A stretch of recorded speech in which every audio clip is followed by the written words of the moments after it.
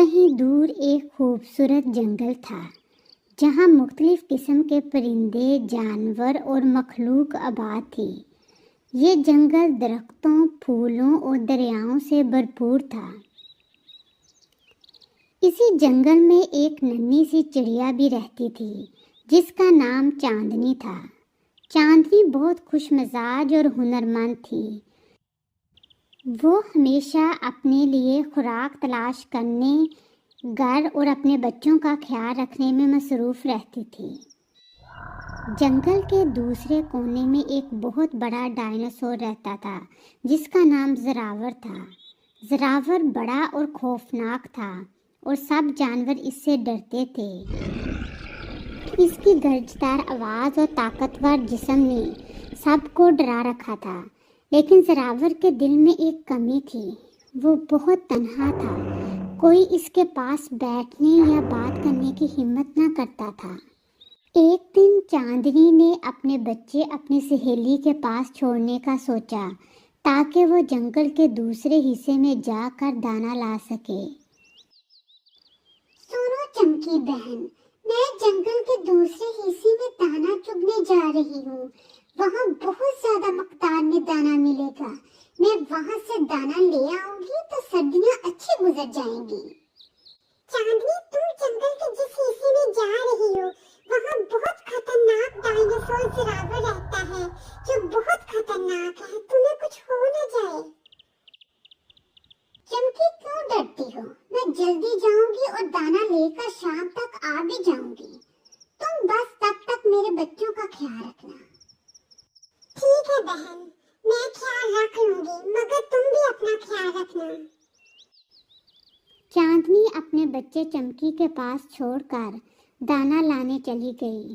وہ جنگل کے اس حصے میں چلی گئی جہاں زراور رہتا تھا۔ جب وہ دانا اکٹھا کر رہی تھی تب اسے زراور کے قدموں کی گونج سنائی دی۔ چاندنی ڈر کے مارے درخت پر چڑھ گئی۔ چاندنی خوف کے مارے کانپنے لگی کیونکہ اس نے زراور کی کہانیاں سن رکھی تھی۔ لیکن جیسے ہی زراور قریب آیا، چاندنی نے ہمت کرتے ہوئے کہا، کیا تمہیں کسی کی مدد چاہیے؟ زراور حیران ہوا کیونکہ کبھی کسی نے اس سے ایسے بات نہیں کی تھی۔ اس نے گہری آواز میں کہا، تم میرے قریب آنے سے نہیں ڈرتی؟ چاندنی نے جواب دیا، ڈرنا تو فطری بات ہے، لیکن میں نے سوچا کہ شاید تمہیں مدد کی ضرورت ہو۔ زراور کو چاندنی کی بات اچھی لگی۔ وہ پہلی بار محسوس کر رہا تھا کہ کوئی اس سے دوستانہ لہجے میں بات کر رہا ہے۔ چاندنی نے زراور سے پوچھا کہ وہ ہمیشہ اکیلا کیوں رہتا ہے۔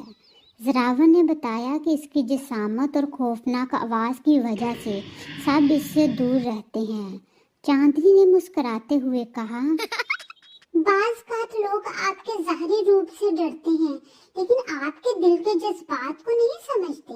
اگر آپ تھوڑا نرم لہجہ اپنائیں اور دوسروں سے محبت سے پیش آئیں تو لوگ آپ کے قریب آئیں گے۔ یہ بات زراور کے دل کو لگی۔ اس نے فیصلہ کیا کہ وہ اپنے رویے کو بہتر کرے گا۔ اسی دوران تیز بارش شروع ہو گئی اور طوفان بھی آ گیا۔ درخت گرنے لگے اور بارش بہت تیز ہو گئی۔ چاندنی کا گھونسلہ جہاں تھا وہاں ایک بہت بڑا درخت تھا جو طوفان کی زد میں آ گیا۔ چاندنی نے اپنے بچوں کو بچانے کی بہت کوشش کی، لیکن درخت گرنے والا تھا۔ اسی لمحے زراور وہاں پہنچا۔ اس نے اپنی طاقتور گردن اور بڑے پنجوں کی مدد سے درختوں کو سہارا دیا اور چاندنی کے بچوں کو محفوظ مقام پر پہنچایا۔ چاندنی نے زراور کا شکریہ ادا کیا اور کہا، تم نے ثابت کر دیا کہ طاقت صرف خوف پیدا کرنے کے لیے نہیں بلکہ دوسروں کی مدد کے لیے بھی استعمال کی جا سکتی ہے۔ اس واقعے کے بعد زراور نے اپنی زندگی بدلنے کا فیصلہ کیا۔ وہ جنگل کے دیگر جانوروں سے محبت اور ہمدردی سے پیش آنے لگا۔ اس نے اپنے رویے کو بدل کر سب کے دل جیت لیے۔ اب زراور صرف ایک طاقتور ڈائناسور نہیں تھا بلکہ ایک اچھا دوست اور محافظ بھی تھا۔ چاندنی اور زراور کی دوستی نے جنگل کے باقی جانوروں کو یہ سکھایا کہ ظاہری شکل و صورت پر نہیں بلکہ دل کی خوبیوں پر توجہ دینی چاہیے۔